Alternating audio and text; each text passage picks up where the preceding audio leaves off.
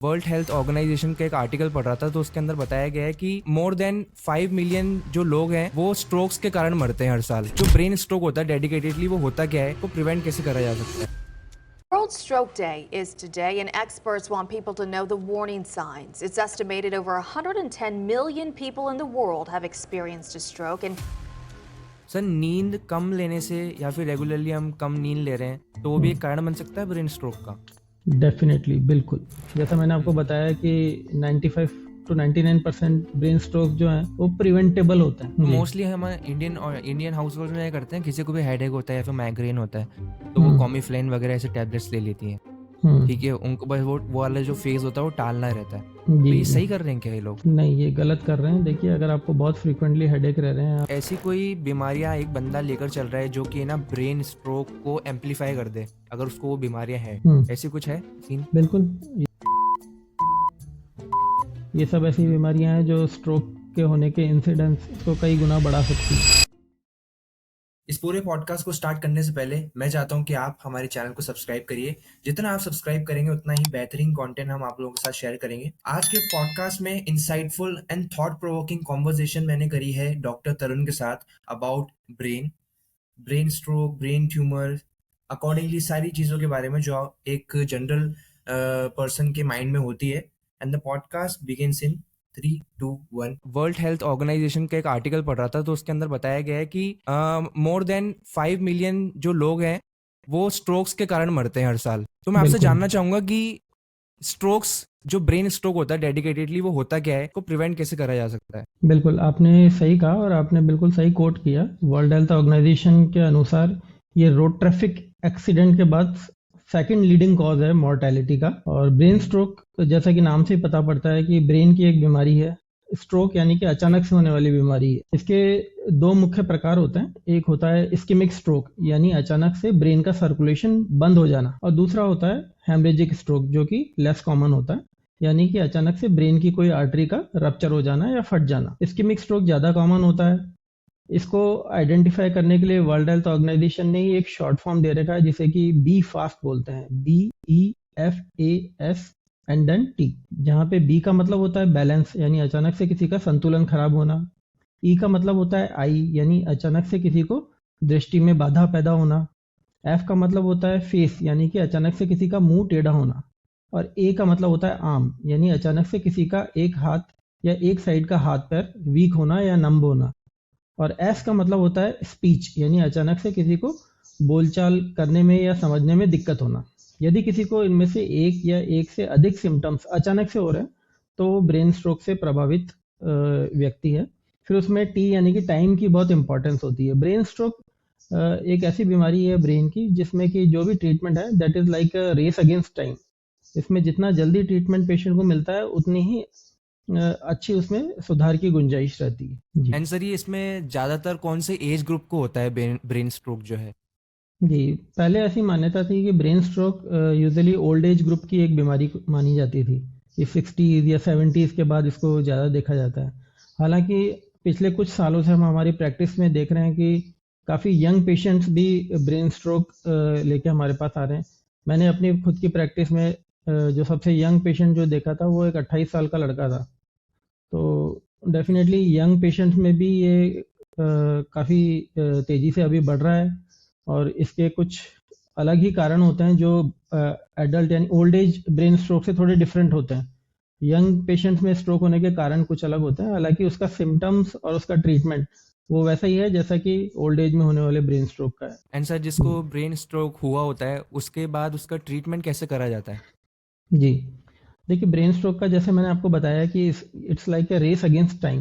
तो इसमें जैसे हम इस्केमिक स्ट्रोक की बात करते हैं जिसमें कि ब्रेन की ब्लड सप्लाई बंद हो जाती है, उसमें अगर व्यक्ति 4.5 घंटे के भीतर अस्पताल पहुंच जाता है और प्राथमिक जांचें जैसे कि सीटी स्कैन या एमआरआई में पता पड़ता है कि उसको इस्केमिक स्ट्रोक हुआ है, तो एक मेडिसिन आती है जिसे एक्टिलाइज बोलते हैं। बेसिकली वो टिश्यू प्लाज्मिनोजन एक्टिवेटर होता है, यानी कि क्लॉट बस्टिंग मेडिसिन। वो क्लॉट को गला देती है। यदि 4.5 घंटे के अंदर वो व्यक्ति को मिल जाती है तो उसके सिम्टम्स काफ़ी हद तक रिवर्ट हो जाते हैं, यानी कि पेशेंट बिल्कुल पैरालाइज आता है और अगर उसको टाइम पे वो मेडिसिन मिल जाती है तो वो चलता हुआ भी अपने घर जा सकता है। इसके अलावा कई बार कुछ पेशेंट्स, क्योंकि हम लोग एक 3 टायर सिटी में प्रैक्टिस कर रहे हैं, तो कई बार पेरिफेरी से जो पेशेंट्स आते हैं वो जो गोल्डन आवर्स के बाहर होते हैं, तो हम कई बार जब एमआरआई वगैरह करते हैं तो हमें लगता है कि कोई उसकी मेन आर्टरी बंद है या कोई उसकी बड़ी आर्टरी बंद हो गई है, और 4.5 घंटे हालांकि निकल चुके, लेकिन अभी भी यदि उस आर्टरी को किसी प्रकार से खोला जाता है तो उस पेशेंट को फायदा हो सकता है, उसकी आगे आने वाली जो लाइफ है उसकी क्वालिटी को काफ़ी हद तक इम्प्रूव किया जा सकता है। तो उसमें एक प्रोसीजर होता है जिसे कि मैकेनिकल थ्रोम्बेक्टमी कहा जाता है।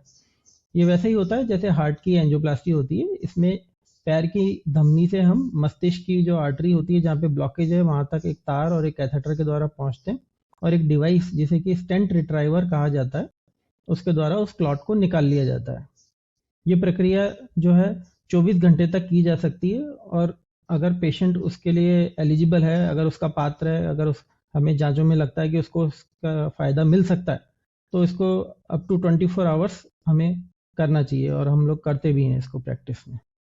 इसके अलावा जो दूसरा स्ट्रोक का जो लेस कॉमन टाइप है, जो मैंने आपको बताया, जिसे कि हेमरेजिक स्ट्रोक कहते हैं, यानी कि राइट। मस्तिष्क में खून की नाड़ी के फटने से खून का रिसाव होना। उसमें जैसे कि कारण मान लो अगर किसी को हाई ब्लड प्रेशर की वजह से हुआ है तो उसमें ब्लड प्रेशर को कंट्रोल करना होता है, फिर कुछ ऐसी मेडिसिन दी जाती है जिससे कि मस्तिष्क में सूजन नहीं आए। लेकिन कई बार अगर रिसाव ज़्यादा हो जाता है तो उसमें ओपन सर्जरी भी करनी पड़ती है, जिसे कि क्रेनियोटोमी कहा जाता है। कई बार उन प्राथमिक जांचों में हमें पता पड़ता है कि मस्तिष्क की नाड़ियों में कोई गुब्बारा बन गया है जिसके फटने की वजह से ये ब्रेन हेमरेज हुआ है, तो उस गुब्बारे को हम्म। एक प्रोसीजर के द्वारा सील किया जाता है। उस प्रोसीजर को कॉइलिंग बोलते हैं। ये भी पैर की नस से ही होता है, मतलब बिना चीर-फाड़ की एक प्रकार की सर्जरी है। एंडोवास्कुलर ट्रीटमेंट बोलते हैं इसको। इसको पैर की आर्टरी से किया जा सकता है, और इसमें कोई चीर-फाड़ नहीं होती, और जैसे-जैसे पेशेंट में रिकवरी होती है कुछ दिनों या हफ्तों में, उसके बाद वो टोटली रिकवर होके अपने घर पे भी चले जाते एंड सर मेरे को एक थॉट आ रहा है कि जो भी अपना ब्रेन के साथ जैसे कि बहुत ज़्यादा कॉम्प्लेक्स ऑर्गन है, हैं। राइट, जी, इन बिल्कुल। Human body, yes. तो ये वाला जो सर्जरी वाला जो प्रोसीजर होता है ये मेनली मैनुअली जो डॉक्टर्स होते हैं वही करते हैं, या फिर इसके अंदर एआई और मशीन्स वगैरह भी इन्वॉल्व होती हैं? बिल्कुल, देखिए अभी आने वाला समय धीरे-धीरे एआई और रोबोटिक्स का है। तो जैसे मैं आपको हम्म। बता रहा हूँ कि ये एंडोवास्कुलर ट्रीटमेंट होता है, इसमें भी आजकल रोबोटिक्स आ गई हैं। रोबोट के द्वारा ट्रीटमेंट थोड़ा सा प्रिसाइज हो जाता है। हालांकि हमारे, अगर हम इंडिया की बात करें तो हम अभी इससे काफ़ी दूर हैं। हमारा जो भी हम्म। काम रहता है मैक्सिमम मैनुअली रहता है। बट हाँ, डेफिनेटली वेस्टर्न वर्ल्ड में हम देखते हैं कि रोबोटिक्स और एआई का इन्वॉल्वमेंट इसमें ज़्यादा रहता है काफ़ी। तो हम अभी भी उस से थोड़ा सा एक कदम पीछे हैं, बट हो सकता है आने वाले समय में इंडिया में भी एआई और रोबोटिक्स का इन्वॉल्वमेंट इस प्रकार की बीमारियों के ट्रीटमेंट में धीरे धीरे बढ़ता जाए। और कुछ चेंजेस, जैसे मैंने आपको बताया कि इनमें डायग्नोसिस के लिए सीटी एमआरआई करना पड़ता है, तो कुछ उसमें कुछ एआई टूल्स ऐसे आ गए हैं जिनके द्वारा प्रिसाइसली आप बता सकते हो कि इस पेशेंट को आपने ये ट्रीटमेंट दिया तो उसको ज़्यादा फायदा होगा as compare to the other treatment option. तो डेफिनेटली एआई और रोबोटिक्स जो है आने वाले समय में इस ट्रीटमेंट को कहीं हम्म। बेहतर स्तर पर ले जाने वाले हैं। जी। राइट। तो सर इसको ब्रेन स्ट्रोक को अगर जैसे किसी पर्सन को हुआ है तो हम कैसे जी। आइडेंटिफाई कैसे कर सकते हैं कि उसको जो है ब्रेन स्ट्रोक हुआ हो? जी, सबसे पहले तो ये अचानक से होता है। आपको कोई वार्निंग सिम्टम्स नहीं होते, है ना? आप बैठे-बैठे बातचीत कर रहे हो, अचानक से आपको पता पड़ा कि आपको बोलने में दिक्कत हो रही है, आपकी हाफ बॉडी वीक हो गई है, तो ये स्ट्रोक के सिम्पटम होते हैं। अगर किसी में ऐसे सिम्पटम दिख रहे हैं आपको ऑल ऑफ अ सडन, तो डेफिनिटली हम्म। आप समझ सकते हैं कि उसको ब्रेन स्ट्रोक हुआ है। Then you need to take him to, मतलब आपको उसको एक न्यूरो फिजिशियन के पास ले जाना है, जो इन्वेस्टिगेट करके फर्दर ये बता पाएगा कि उसको जो स्ट्रोक हुआ है किस प्रकार का है, मतलब कि वो क्लॉट बनने की वजह से हुआ है या ब्रेन हेमरेज की वजह से हुआ है, और अकॉर्डिंगली फिर उसका ट्रीटमेंट करना होता है। एंड सर जैसे आपने थोड़ी देर पहले मेंशन किया कि टाइम सेंसिटिव है इसके अंदर जो ये वाला जी। डोमेन है, लाइक अगर जी। समय से उसको ट्रीटमेंट नहीं किया गया तो चीज़ें जी। जो है बहुत वर्सन हो सकती हैं। जी, सर ऐसा हो डेफिनेटली। सकता है कि अगर जैसे हमने मेडिकल जो हम्म। चीज़ें हैं वो एम्बुलेंस वगैरह बुला ली है, बाय द हम्म। टाइम हम उसको कुछ ऐसा फर्स्ट एड टाइप दे सकते हैं ताकि उसका जो ब्रेन डैमेज होने से थोड़ा बहुत लिमिट तक बच जाए? जी, अनफॉर्चुनेटली ब्रेन स्ट्रोक ऐसी बीमारी है जिसका कोई फर्स्ट एड नहीं है। इसमें जैसे मैंने आपको बताया कि ट्रीटमेंट का फर्स्ट स्टेप है कि ये डिफरेंशिएट करना कि उसको इस्केमिक स्ट्रोक हुआ है या हेमरेजिक स्ट्रोक हुआ है, मतलब आर्टरी हम्म। बंद हुई है या आर्टरी फटी है। तो वो एक सीटी स्कैन में ही हो सकता है, तो आपको उसमें कोई फर्स्ट एड आप दे नहीं सकते। आपको बस ये देखना है कि नियरेस्ट स्ट्रोक रेडी हॉस्पिटल कौन सा है, जहाँ पे हम्म। स्ट्रोक के इलाज की समुचित सुविधाएं उपलब्ध है। स्ट्रोक का इलाज हम्म। करने में सक्षम न्यूरो फिजिशियन जहाँ पे अवेलेबल है, और round the clock city MRI जैसी सर्विसेज हैं, कैथ लैब सर्विसेज हैं जहाँ पर उसका फर्दर ट्रीटमेंट हो सकता है। तो ऐसा सेंटर आपको अपना नियरेस्ट ढूंढ के उस हॉस्पिटल की तरफ रश करना चाहिए इमीडिएटली। ओके। एंड जी। सर, स्ट्रोक्स के अंदर डेडिकेटेडली बात करूँ तो डिफरेंट टाइप ऑफ स्ट्रोक्स आपने जैसे थोड़े बहुत बताए हैं, राइट? जी। दो जी। तरीके आपने बताया। तो जी। जैसे एक साइलेंट स्ट्रोक करके भी कुछ होता है कि हमें पता ही नहीं लगे? अ, जी हाँ, साइलेंट स्ट्रोक तो नहीं बोलूँगा मैं, बट हाँ, कई बार हम जैसे हमारी प्रैक्टिस में देखते हैं वेकअप स्ट्रोक बोलते हैं। जैसे रात ओके। कई पेशेंट बोलते हैं कि रात को जब सोए थे तो ठीक थे, लेकिन जब सुबह उठे हम्म। तो इनकी हाफ बॉडी काम नहीं कर रही थी, ये बोल नहीं पा रहे थे। तो हम्म। वेकअप स्ट्रोक जो नींद में ही हो गए, तो ऐसे हम्म। पेशेंट्स का ट्रीटमेंट थोड़ा सा चैलेंजिंग हो जाता है, क्योंकि हमें ये डिफरेंशिएट करना बहुत मुश्किल हो जाता है कि उनको रात को सोने के बाद कौन से समय पे स्ट्रोक हुआ है। तो ये आप कह सकते हैं कि एक तरह का साइलेंट स्ट्रोक होता है। हालांकि इसका ओके। ट्रीटमेंट फिर वही है, अगर आपको हम्म। इमेजिंग में आप ये तय कर पा रहे हो कि अभी ज़्यादा टाइम नहीं हुआ है और कोई बड़ी आर्टरी बंद है, तो आपको उसको खोलना है बाय वॉट एवर मीन्स। आप चाहे उसे मेडिसिन से खोलें या कोई एंडोवास्कुलर टेक्निक के द्वारा वायर और स्टेंट रिट्राइवर से खोलें। एंड सर, जैसे सर्जरी डन हो गई है, सब कुछ सक्सेसफुल रहा, इसके जी। कुछ पोस्ट इफेक्ट्स रहते हैं? स्ट्रोक आ जाए, किसी को अटेम्प्ट हो जाता है तो उसके बाद पोस्ट इफेक्ट्स कुछ, या फिर जी, कंप्लीटली फाइन रहता है? ये डिपेंड करता है कि कितनी जल्दी उसे ट्रीटमेंट मिल गया। अगर किसी को ट्रीटमेंट 1 घंटे या 2 घंटे पे मिलता है एज कम्पेयर टू जो जिसको ट्रीटमेंट 6 आवर्स या 8 आवर्स पे मिला है, उसमें डिफरेंस तो रहेगा ही। क्योंकि एक बार जब इस तरह की आर्टरी बंद हो जाती है, तो अगर स्टैटिस्टिक्स की बात करें तो 1 सेकंड में लगभग 10 मिलियन नर्व सेल्स डैमेज होने लग जाती है। इतना रैपिडली ये डैमेज प्रोग्रेस करता है। हम्म। तो आप समझ सकते हैं कि मतलब कुछ घंटों का डिफरेंस कितने ब्रेन के बड़े एरिया को डैमेज कर देगा। तो ऑब्वियसली अगर किसी को डिले ट्रीटमेंट मिला है तो उसमें कुछ वीकनेस, कुछ कमजोरियां रह जाती है, जैसे उसकी हाफ बॉडी की रिकवरी हो सकता है उतनी अच्छी ना हो। बट हाँ, हम्म। समय के साथ, क्योंकि ब्रेन की खुद की कैपेसिटी होती है रिकवर करने की, हील करने की, जिसे कि न्यूरोनल प्लास्टिसिटी बोलते हैं, तो समय के साथ ऐसे पेशेंट्स भी इम्प्रूव करते हैं। इट्स जस्ट हम्म। कि उनको थोड़ा सा समय ज़्यादा लगता है। आपने जस्ट मेंशन किया कि न्यूरोप्लास्टिसिटी, और तो ये जैसे हम इसको प्रिवेंट कैसे कर सकते हैं अगर किसी को ऐसा लग रहा है? तो हमें जी। ऐसे लाइफस्टाइल के अंदर क्या चेंजेस कर सकते हैं अगर? जी हाँ, डेफिनेटली। देखिए, स्ट्रोक वैसे तो बहुत ही डेडली डिजीज है। हम्म। मॉर्टेलिटी आपने खुद ने ही बताया कि सेकंड लीडिंग कॉज है रोड ट्रैफिक एक्सीडेंट के राइट। बाद।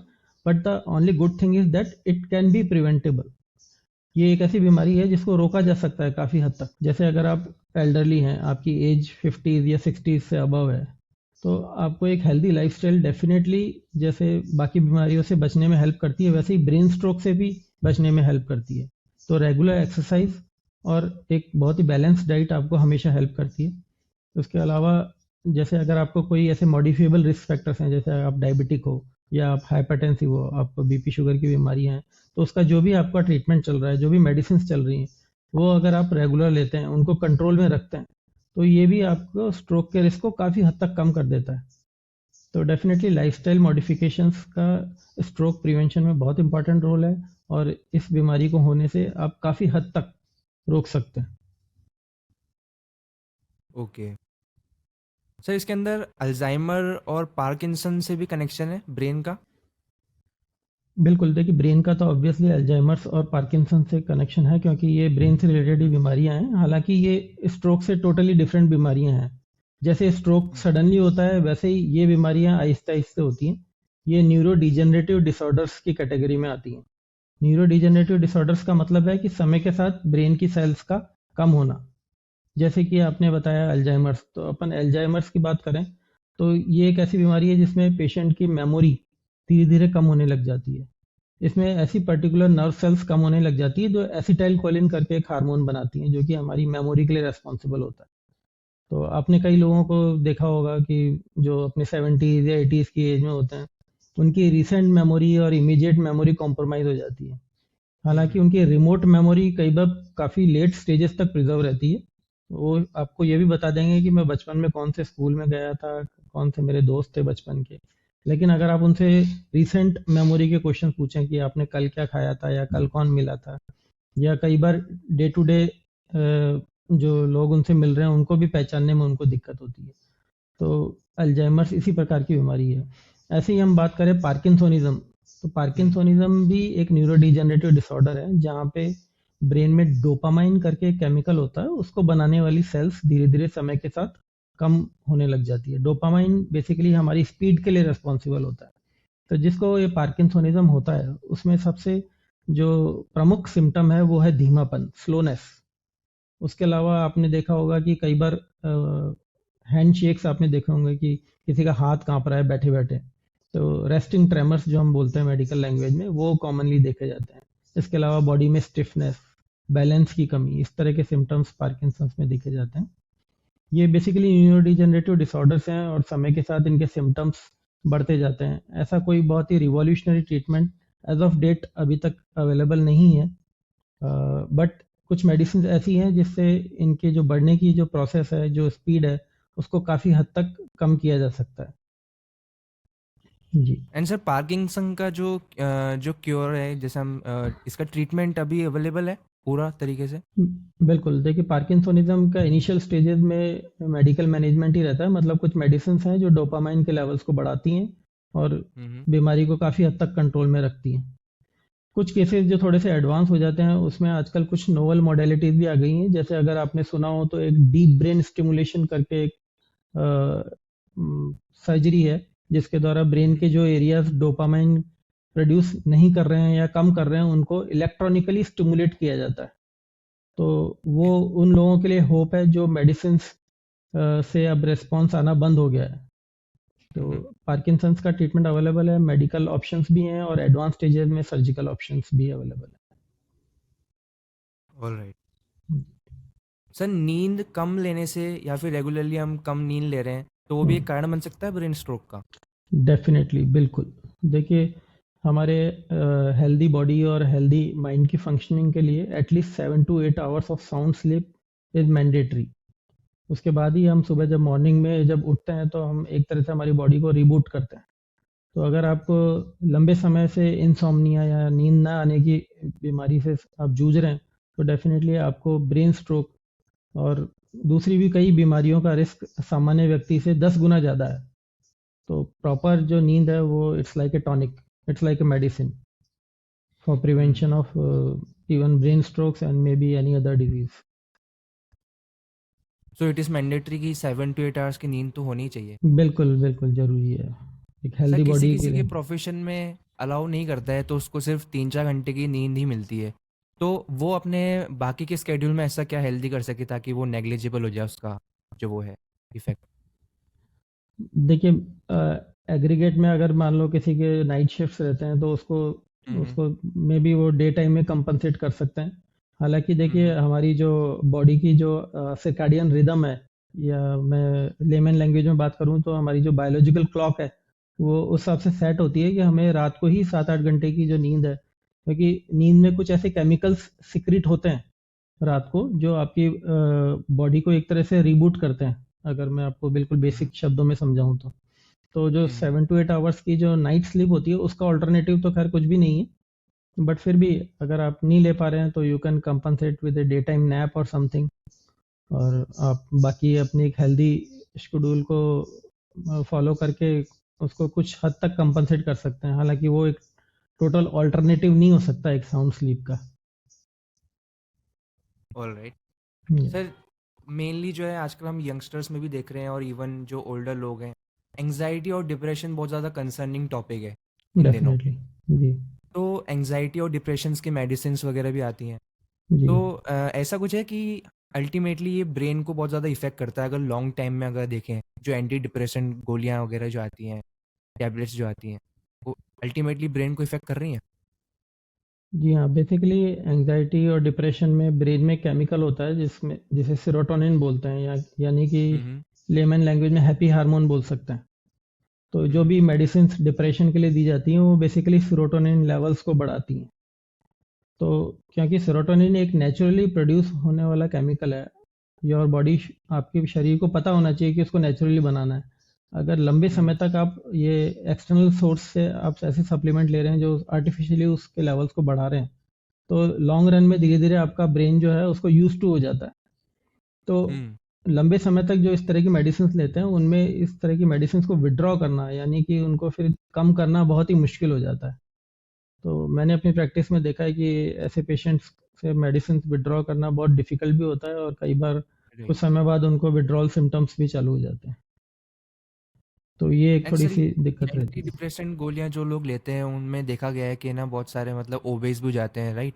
कोई कोई के गलत गलत चेंजेस होते हैं, स्किन पे भी बहुत ज़्यादा इम्पैक्ट पड़ता है। तो ऐसा बिल्कुल। कुछ हम लोग कर सकते हैं कि वो जो मेडिसिन का जो रोल है वो हम इंटरचेंज कर दें किसी हेल्दी हैबिट से, ताकि डेफिनेटली एंग्जाइटी और डिप्रेशन चीज़ें नहीं हो।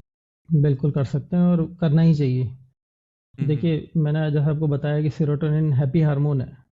तो हैप्पी राइट। हार्मोन कैसे सीक्रेट होगा? आपको अपनी बॉडी को थोड़े से सिग्नल्स देने होंगे कि I am kind of happy. तो ये आप कैसे कर सकते हो? आप योगा कर सकते हो, मेडिटेशन कर सकते हो, एक हेल्दी डाइट रेजिम फॉलो कर सकते हो। स्ट्रेस के जो भी कंडीशंस हैं, जो भी आपकी सराउंडिंग एनवायरनमेंट जो आपको स्ट्रेस दे रहा है, आप उस पे वर्कअप कर सकते हो। मतलब संक्षेप में कहूँ तो आपको कुछ ऐसी चीज़ें करनी है जिससे कि आपके ब्रेन को ऐसे सिग्नल्स मिले कि वो अपने आप ही सेरोटोनिन को सिक्रेट करे। तो हम्म। आप काफ़ी हद तक दवा को लेने से बच सकते हो सकता है आपको कई बार दवाइयों की ज़रूरत ही ना पड़े, और अगर ज़रूरत पड़ भी रही है तो आप जल्दी भी बंद कर सकते हो। तो एक हेल्दी लाइफस्टाइल डेफिनेटली स्ट्रेस और एंग्जाइटी के लेवल्स को भी कम करने में हेल्प करता है और मेडिसिन की रिक्वायरमेंट को भी काफ़ी हद तक कम करता है। राइट। सो मैंने एक फैक्ट लिखा था जब मैं रिसर्च कर रहा था कि जो ब्रेन होता है वो 20% ऑफ ऑक्सीजन सप्लाई यूज़ करता है हमारी बॉडी से। अगर उसका इंटरप्शन हो जाए ऑक्सीजन सप्लाई का, जी। तो वो कॉज कर देता है brain damage in a few minute. Definitely वही मैं जो बात कर रहा था इस्केमिक स्ट्रोक की, जिसमें कि ब्रेन की ब्लड हम्म। सप्लाई कट ऑफ हो जाती है। तो ब्लड हमारे हम्म। ब्रेन को क्यों चाहिए? क्योंकि ब्लड क्या ले जा रहा है? Oxygen and right. न्यूट्रिशन। अगर ऑक्सीजन नहीं मिलेगी तो धीरे धीरे, जैसा मैंने बताया कि एक सेकंड में 10 बिलियन नर्व सेल्स डैमेज होने लग जाती है। हम्म। इस रेट से ये ब्रेन डैमेज या नर्व डैमेज प्रोग्रेस करता है। तो डेफिनेटली ऑक्सीजन जो अल्टीमेटली ब्लड के थ्रू ही जाती है, वो जरूरी होती है ब्रेन के लिए। और यही इसी की डेफिशिएंसी से ब्रेन डैमेज होता है। सर, जो हम लोग एक्सरसाइज में करते हैं एकदम सांस अनुलोम विलोम भी करते हैं, हम्म। लाइक पहले अंदर रखते हैं थोड़ी देर सांस, फिर उससे ज़्यादा एक्सेल करते हैं, तो यस। एज हमारे ब्रेन के लिए बहुत ज़्यादा अच्छा रहता है क्योंकि बिल्कुल। वो रेगुलेट करता है ऑक्सीजन लेवल्स। तो एक बिल्कुल तरह से डीप। ये वाली एक्सरसाइज भी इंटीग्रेट कर सकते हैं। डेफिनेटली डीप ब्रीदिंग एक्सरसाइजेज जिन्हें कि हम राइट। अनुलोम विलोम या प्राणायाम बोलते हैं, ये आप अगर रेगुलर करने की हैबिट रखते हैं तो लॉन्ग रन में definitely you will find many health benefits. Even कई डेडली डिजीजेज जैसे ब्रेन स्ट्रोक को प्रिवेंट करने में भी हेल्प करती है। तो ये तो करना ही चाहिए। सर, ब्रेन स्ट्रोक जेनेटिकली होता है क्या? लाइक अगर पास्ट में किसी फैमिली मेम्बर को या फिर किसी पेरेंट को ब्रेन स्ट्रोक हुआ हो, तो जी मोस्ट लाइकली उसके बच्चे को हुआ हो, ऐसा तो ऐसा कुछ कनेक्शन है? बिल्कुल है। देखिए, ब्रेन स्ट्रोक या इवन कई दूसरी बीमारियां का एक हेरिडिटरी कनेक्शन तो रहता ही है। अगर आपके बॉडी में कुछ ऐसे जीन्स हैं जो स्ट्रोक के लिए रेस्पॉन्सिबल है तो एक चांसेस तो रहते ही हैं। तो आपको अगर फैमिली हिस्ट्री है ब्रेन स्ट्रोक की तो डेफिनेटली आपको और भी ज़्यादा केयरफुल रहना चाहिए। एक हेल्दी हम्म। लाइफस्टाइल को और स्ट्रिक्टली फॉलो करना चाहिए कि आपको फ्यूचर में इस तरह की प्रॉब्लम नहीं फेस करनी पड़े। तो डेफिनेटली एक जेनेटिक प्रिडिस्पोजिशन इन बीमारियों में रहता ही है। एंड सर, ये मेनली जो है जैसे 20 ईयर ओल्ड बंदा है, तो उसको तो हम्म। मोस्ट लाइकली नहीं होगा, आफ्टर 50 से 60 एक्सपेक्टेड ही हो सकता है, ये कहना नहीं, चाह ऐसा रहे हैं? नहीं है। नहीं, मैं वो नहीं कहना चाह रहा। यंग स्ट्रोक्स भी होता है। मैंने आपको बताया कि यंग मैंने स्ट्रोक्स। हाँ 25 साल 28 साल के लड़के भी देखे हुए हैं ब्रेन स्ट्रोक के साथ हम्म। कई बार। तो ऐसा नहीं है उनमें, हम्म। कारण यही रहते हैं, जेनेटिक कॉजेज रहते हैं और कई बार ब्लड में कुछ ऐसे फैक्टर्स ज़्यादा हो जाते हैं जो ब्लड को एबनॉर्मली थिक कर देते हैं। तो उसकी वजह से आर्टरीज अचानक से ब्लॉक हो जाती हैं। तो यंग स्ट्रोक्स भी उतने ही कॉमन धीरे धीरे समय के साथ होते जा रहे हैं। दूसरा, समय के साथ हम देख रहे हैं कि स्ट्रेस लेवल्स आजकल इतने बढ़ गए हैं कि वो भी एक यंग स्ट्रोक्स के बढ़ते इंसिडेंस का कारण है। पहले हम डेफिनेटली यही देखा करते थे कि 60s के बाद ही कोई स्ट्रोक का पेशेंट दिखता था, लेकिन अब आजकल तो 25 साल 30 साल इस एज में भी हम स्ट्रोक के पेशेंट देख रहे हैं। हम्म। जी। एंड सर, मोस्ट लाइकली हमने ये भी देखा है ना कि जब भी हम गाड़ी वगैरह भी चलाते हैं तो वहाँ पे हेलमेट रिकमेंडेड होता है, क्योंकि आपको ब्रेन को बचाना होता है। तो ऐसा है कि डेफिनेटली। अगर मेरे को कहीं से भी सराउंडिंग्स में से कहीं भी इम्पैक्ट पड़े तो मुझे हो सकता है ब्रेन डैमेज। ऐसा कुछ एरिया है कि जहाँ से मैं सेफ गार्ड हो सकता हूँ, या पूरा ही सिक्योर रहना चाहिए? नहीं, बिल्कुल पूरा ही सिक्योर रहना चाहिए, क्योंकि ब्रेन के हर एरिया की, हर लोब की अपनी एक इम्पोर्टेंस होती है, अपना एक रोल रहता हम्म। है।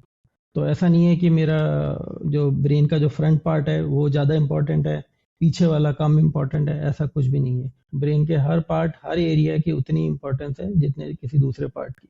तो जैसे हम रोड ट्रैफिक एक्सीडेंट की बात करते हैं तो हम हम्म। हेलमेट्स पहनना इतना ज़रूरी क्यों समझते हैं? जैसे हम्म। जब ये रोड ट्रैफिक अवेयरनेस वीक्स और मंथ्स आजकल क्यों रेगुलरली मनाए जाते हैं, ताकि लोगों में एक अवेयरनेस क्रिएट हो कि ब्रेन कितना इंपॉर्टेंट ऑर्गन है। तो उसकी सेफ्टी के राइट। लिए हमें डेफिनेटली हेलमेट्स पहनने चाहिए while we are driving two wheelers specially. Hmm. जी। सर, ब्रेन ट्यूमर जो है वो कैसे डिफरेंट है ब्रेन स्ट्रोक से, और ब्रेन ट्यूमर में होता क्या है?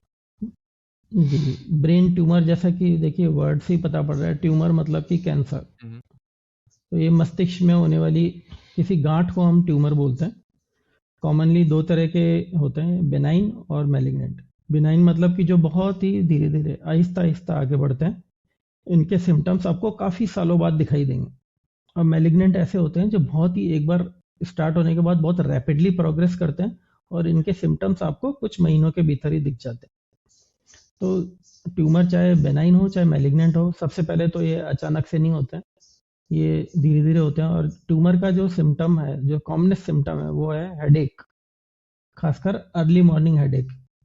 अगर कोई पेशेंट हमारे पास आउटडोर प्रैक्टिस में आता है कि मुझे सुबह उठते ही दिन की शुरुआत हेडेक से होती है, तो हम डेफिनेटली उसमें सिटी और एमआरआई रिकमेंड करते हैं, क्योंकि अर्ली मॉर्निंग हेडेक्स जो है वो एक ट्यूमर के लिए आप कह सकते हैं कि रेड फ्लैग साइन है। हम्म। जी। बाकी सर, इसको इसका अ, मतलब इसको पता कैसे कर सकते हैं? लाइक आपने जैसे बताया कि हम्म। टाइम के साथ ही ग्रो होती रहती है, राइट? जी। तो अर्ली प्रिवेंशन स्टेप्स या फिर अर्ली डायग्नोसिस कैसे कर सकते हैं कोई बंदा? देखिए, आपको अगर हेडेक रह रहा है, बहुत ही रेगुलर रह रहा है, फ्रीक्वेंट रह रहा है, और इस तरह के हम्म। अर्ली मॉर्निंग हेडेक जैसे रेड फ्लैग साइंस है, तो आपको डेफिनेटली हम्म। अपने न्यूरो फिजिशियन को कंसल्ट करना चाहिए। और इसमें एक हम्म। सीटी और एमआरआई के द्वारा हम पता कर सकते हैं कि ब्रेन में इस तरह की कोई प्रॉब्लम है कि नहीं। अगर ऐसी कोई प्रॉब्लम डायग्नोस होती है तो फिर उसका जो भी ट्रीटमेंट है वो दिया जा सकता है, अगर ये इनिशियली जल्दी पिकअप हो जाती है। इन शॉर्ट एंड आपको सर, अगर इसका एज ग्रुप? देखिए, ट्यूमर्स भी कई प्रकार के होते हैं, तो हर ट्यूमर का पर्टिकुलर एज ग्रुप होता है। वैसे ट्यूमर्स का भी ऐसे बाइमोडल डिस्ट्रीब्यूशन रहता है, मतलब कि वो यंग एज में भी हो सकते हैं और लेट एज ग्रुप में भी हो सकते हैं। तो 20 to 40 ओके। भी उतने ही कॉमन है जितना 60 to 80। हम्म। जी। तो ट्यूमर्स दोनों ही एज ग्रुप में हो सकते हैं, both young and old. And sir, इसके जैसे आपने अर्ली वार्निंग साइन बताया कि हेडेक जो है अगर मॉर्निंग में हो रहे हैं फ्रीक्वेंटली, जी। तो जी। मोस्टली हमारे इंडियन हाउस होल्ड में क्या करते हैं, किसी को भी हेडेक होता है या फिर माइग्रेन होता है तो वो हम्म। कॉमिफ्लेन वगैरह ऐसे टैबलेट्स ले लेती हैं। हम्म। ठीक है, उनको बस वो वाला जो फेज होता है वो टालना रहता है। तो जी। ये जी। सही कर रहे हैं क्या ये लोग? नहीं, ये गलत कर रहे हैं। देखिए, अगर आपको बहुत फ्रीक्वेंटली हेडेक रह रहे हैं, आप वीक में 2 से ज़्यादा बार कॉम्बीफ्लैम या कोई over the counter pain killer खा रहे हैं, तो ये सही नहीं है लॉन्ग रन में। एक तो डेफिनेटली आपको डायग्नोसिस भी नहीं पता है। दूसरा, आप इस तरह की पेन किलर्स बहुत फ्रीक्वेंटली खाकर अपने किडनीज और स्टमक की जो लाइनिंग्स हैं दोनों को नुकसान पहुंचा रहे हैं। लॉन्ग रन में जो लोग आए आए दिन इस तरह की पेन किलर्स खाते हैं, उनको गैस्ट्राइटिस, पेट में अल्सर, इस तरह की शिकायतें होती हैं, और कई तो हमने देखा है कि उनका किडनी के जो पैरामीटर्स होते हैं वो भी डिरेंज हो जाते हैं लॉन्ग रन में पेन किलर्स खाने से। तो ये तो बिल्कुल भी रिकमेंडेड नहीं है। एंड सर, मेनली अगर मैं माइग्रेन की बात करूं तो माइग्रेन किस तरह से होता है और किस तरह से इतना ज़्यादा पेनफुल रहता है? देखिए, माइग्रेन का जो हेडेक है वो इसीलिए डिफरेंट है नॉर्मल हेडेक से, क्योंकि ये बहुत हम्म। सीवियर होता है। इसके साथ 3 सिम्टम्स कॉमनली देखे जाते हैं। एक होता है नौजिया यानी जी घबराना। दूसरा, लाइट साउंड से इरिटेशन। हेडेक के टाइम जो भी अफेक्टेड पर्सन है उसको रूम लाइट्स भी अच्छी नहीं लगती हैं, कोई शोर हो रहा है तो उसको पसंद नहीं आता। मेडिकल लैंग्वेज में फोटोफोबिया, फोनोफोबिया बोलते हैं। अगर इस तरह के सिम्टम्स दिख रहे हैं तो 99% वो माइग्रेन ही है। फिर अल्टीमेटली एक क्लिनिशियन का पार्ट रहता है कि वो कुछ रेलेवेंट इन्वेस्टिगेशन करके एक डायग्नोसिस बनाए और उसका ट्रीटमेंट स्टार्ट करें।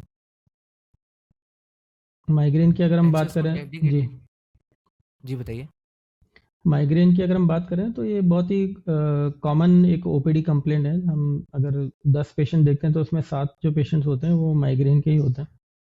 और माइग्रेन का ट्रीटमेंट तभी ज़रूरत होती है जब आपको हेडेक की फ्रीक्वेंसी ज़्यादा है, जैसे आपको वीक में 2 बार या 3 बार या उससे ज़्यादा बार अगर हेडेक रह रहा है। तो अगर आपको महीने या 2 महीने में कभी एक बार हेडेक हो रहा है तो आप कोई भी एसओएस पेन किलर लेके आप काम चला सकते हैं।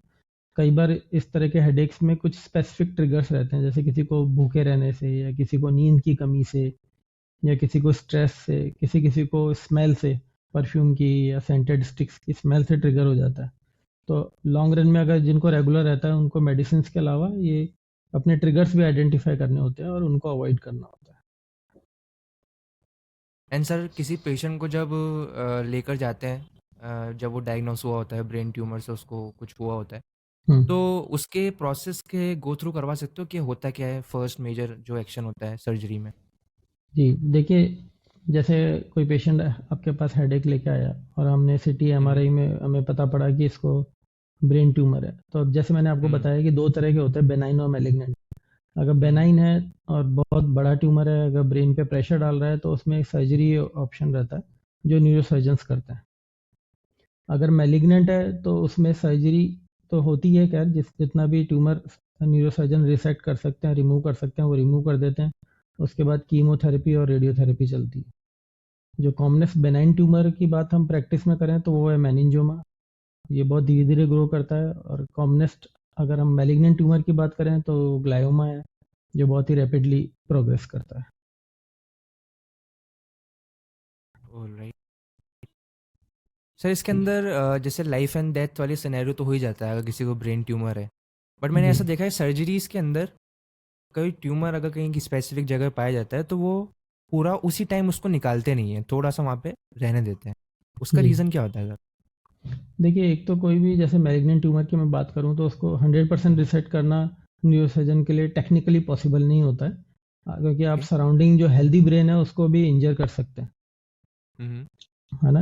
और आपको जैसे आपने 90-95% ट्यूमर रिमूव कर दिया, तो जो रेस्ट ऑफ जो ट्यूमर का जो पार्ट रह गया है, that can be taken care of by chemotherapy and radiotherapy. तो वो मेडिसिन से भी ठीक हो जाता है। तो कुछ कॉम्प्लिकेशंस अवॉइड करने के लिए इस तरह का 100% रिसेक्शन यूजुअली अवॉइड किया जाता है। हम्म। जी। एंड सर इसके अंदर टेक्नोलॉजी एडवांसमेंट हुआ है समय के साथ साथ, या फिर अभी भी हाँ, मैनुअल ही करते हैं? नहीं डेफिनेटली इसमें भी टेक्नोलॉजिकल एडवांसमेंट्स हुए हैं, रोबोटिक्स है आजकल। हम्म। इवन न्यूरो सर्जरीज में भी रोबोटिक्स काफ़ी इंपॉर्टेंट रोल प्ले कर रहे हैं, और ऐसे टूल्स हैं जिसके द्वारा इस तरह के ट्यूमर्स को रिमूव करना बहुत ही प्रिसाइज और एक फाइन चीज़ हो गया। तो धीरे धीरे टेक्नोलॉजी के साथ इवन न्यूरो सर्जन्स के लिए अभी चीज़ें थोड़ी आसान हो गई। पेशेंट आउटकम्स भी इन टेक्नोलॉजी के साथ थोड़ा बेटर रहता है। हम्म। जी। सर इसके अंदर नेक्स्ट मैं ये पूछना चाहूँगा कि इसके अंदर जैसे हमने ब्रेन स्ट्रोक के बारे में बात करी, ब्रेन ट्यूमर के बारे में बात करी, एज यू सेट की जो है ये टाइम के साथ साथ बढ़ती भी रहती है और बहुत ज़्यादा मतलब एकदम से आ जाती है कि आपको रियलाइज़ होता है कि आपको ये चीज़ हो रही है। हम्म, अब किसी नॉर्मल बंदे को सर ये पता नहीं होगा कि उसको लाइफस्टाइल के अंदर क्या क्या ऐसी चीज़ें रखनी है कि उसको हम्म, ब्रेन हेल्थी रखना हो अपना। आपने हम्म, बताया कि न्यूट्रिशन वाइज हो सकता है, हम्म, राइट? आप जो एक्सरसाइजेस वगैरह कर सकते हैं। हम्म। आर देयर एनी टैबलेट्स जो कि ब्रेन हेल्थ के लिए डेडिकेटेड है, उसको अच्छे रखने के लिए हो सकता है? नहीं देखिए, ऐसी कोई मेडिसिन्स तो नहीं आती हैं जो ब्रेन हेल्थ के लिए डेडिकेटेडली काम करती हों। बट हाँ, हम्म। कुछ अगर आप जैसे वेजिटेरियन है तो कुछ मल्टीविटामिन्स, विटामिन बी हम्म। ट्वेल्व फॉलिक एसिड और कुछ एंटीऑक्सीडेंट जैसे विटामिन ई वगैरह, ये आपको इन जनरल ओवरऑल एक हेल्थ को बूस्टअप करने के लिए हेल्प करते हैं। तो ऐसा मतलब कोई डेफिनेट कोई पिल नहीं है, कोई ऐसा सुपर पिल नहीं है जो ब्रेन हाँ। हेल्थ के लिए बनी हो। ऑलराइट। बट न्यूट्रिशन सप्लीमेंट्स जो होते हैं, vitamins and other supplements, they help in some way. And sir अगर हम पैरालिसिस के बारे में बात करें, उसके अंदर क्या मतलब जो पेशेंट होता है वो किस कंडीशन से गुजर रहा होता है, कैसे उसको हम जो है ऐसी लाइफस्टाइल के अंदर चेंजेस करें कि हमें ना हो, वो किस कंडीशन में होता है? जी देखिए, स्ट्रोक बेसिकली देखा जाए तो लाइफस्टाइल से रिलेटेड एक बीमारी है। और जैसा कि मैंने बताया कि काफ़ी हद तक इसको आप प्रिवेंट कर सकते हो एक हेल्दी लाइफस्टाइल को हम्म। फॉलो करके।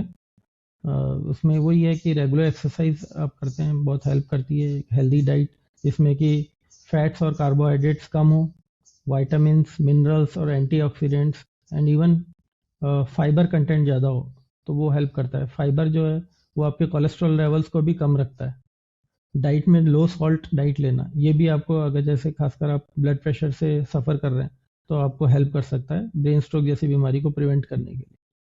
आपको कोई एडेड बीमारियां, जैसे फॉर एग्जांपल आपको डायबिटीज़ है, तो आप मीठा खाने से बचिए, आप मीठे से परहेज रखिए, आप बहुत हाई कैलोरी फूड से बचिए। अगर आपको हाई ब्लड हम्म। प्रेशर है तो लो सोडियम डाइट फॉलो कीजिए। तो डेफिनेटली डाइटरी मॉडिफिकेशंस और एक जो दूसरे हम कहते हैं कि हेल्दी लाइफस्टाइल, वो फॉलो करना ब्रेन स्ट्रोक को काफ़ी हद तक आपको अवॉइड कर सकते हैं इस बीमारी को होने से। एंड सर, जो पैरालिसिस होता है वो ब्रेन स्ट्रोक की ही कंडीशन में होता है या फिर ये नॉर्मली भी हो सकता है? नहीं, पैरालिसिस देखिए एक बहुत ही ब्रॉड टर्म है। पैरालिसिस हम्म। मतलब कि बॉडी में एक पार्ट में वीकनेस होना, हाफ बॉडी में या बिलो वेस्ट दोनों पैरों में वीकनेस होना, उसको लेमन लैंग्वेज में पैरालिसिस कहा जाता है। ब्रेन स्ट्रोक एक कारण है पैरालिसिस का। इसके अलावा और भी कई कंडीशंस हैं जिसमें पैरालिसिस हो सकता है, जैसे इवन ब्रेन ट्यूमर की वजह से पैरालिसिस हो सकता है, या कोई जैसे स्पाइनल कॉर्ड की बीमारियां हैं, कमर में नस दबना, या कोई कमर या एक्सीडेंट की वजह से, तो उसकी वजह से भी पैरालिसिस हो सकता है। तो पैरालिसिस जस्ट एक सिम्टम का नाम है, जैसे हेडेक एक सिम्टम है, कारण माइग्रेन भी हो सकता है, ब्रेन ट्यूमर भी हो सकता है। वैसे पैरालिसिस एक सिम्टम है जिसका कारण ब्रेन स्ट्रोक भी हो सकता है और कोई दूसरी ब्रेन या स्पाइन की कोई दूसरी बीमारी भी हो सकती सर, अगर कोई बंदा अगर 3-4 दिन से ना सो रहा हो तो है। क्या क्या उसको चेंजेस दिखेंगे अपनी बॉडी में? देखिए, कोई 3-4 दिन से नहीं सो रहा है तो डेफिनेटली उसको एंग्जाइटी लेवल्स बहुत ज़्यादा होंगे, स्ट्रेस हम्म। लेवल्स बहुत ज़्यादा होंगे, चिड़चिड़ा होगा। सबसे पहले तो उसमें साइकेट्रिक सिम्टम्स दिखेंगे। कई बार हम्म। अगर जैसे आप 3-4 दिन तक लगातार नहीं सो रहे हो तो आपको हेलुसिनेशंस भी हो सकते हैं। हेलुसिनेशन मतलब वहम। तो हम्म। इस तरह के सिम्टम्स हो सकते हैं और ये डेफिनेटली एक डेंजरस सिचुएशन है। सर, एक यूट्यूब पे मैंने वीडियो देखी थी, वो बंदा जो है 10-15 दिन से नहीं सोया था, तो उसकी जो ऊपर की स्किन है ना, वो निकलने हम्म, लग गई थी, पूरी वाइट होने लग गया था वो। नहीं, वो कुछ होने की वजह से नहीं, शायद कोई हो सकता है स्किन की बीमारी हो। नींद कम होने की वजह से जो सबसे पहले जो सिम्टम दिखेंगे वो साइकेट्रिक सिम्टम्स होंगे। Mood first swings, and foremost. चिड़चिड़ापन, यस, हम्म। हेलुसिनेशंस, वहम होना, इस तरह के, हेडेक। सर, जो ब्रेन स्ट्रोक है ये सिर्फ ह्यूमंस में ही होता है या फिर हम एनिमल्स में भी दे सकते हैं, जो छोटे होते हैं, बड़े एनिमल? होता है, एनिमल्स में भी होता है, जस्ट कि हमें पता नहीं पड़ता। बट अगर आप किसी वेटरनरी डॉक्टर से बात करोगे तो you will come to know कि it is equally common in animals also.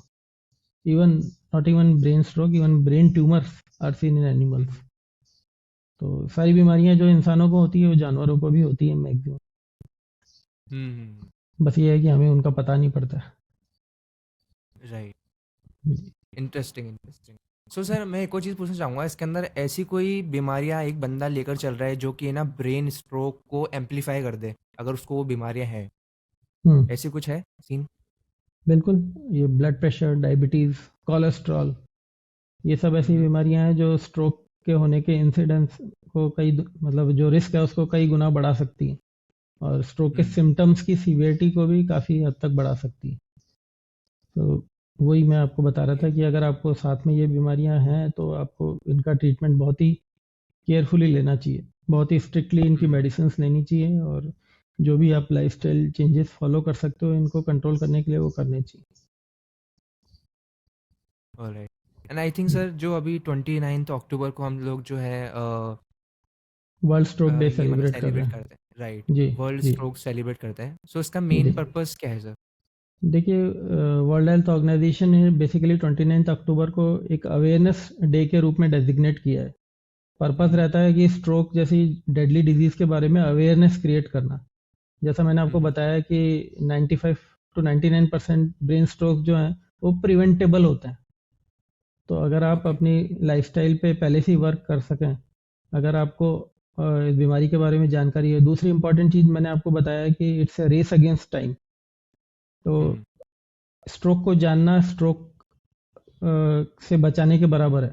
अगर आप आइडेंटिफाई नहीं कर पाओगे कि मेरे घर में किसी को जो प्रॉब्लम हुई है वो ब्रेन स्ट्रोक है या क्या है, तब तक आप उसका कैसे इलाज करवाओगे। तो इन सब चीज़ों के बारे में अवेयरनेस क्रिएट करना, क्योंकि अभी भी हमारी इंडियन पॉपुलेशन में काफ़ी लोगों को यही नहीं पता होता है कि पैरालिसिस या ब्रेन स्ट्रोक ब्रेन की बीमारी है। कई बार लोग कार्डियोलॉजिस्ट के पास पहुंच जाते हैं कि हार्ट का कुछ अटैक हुआ है।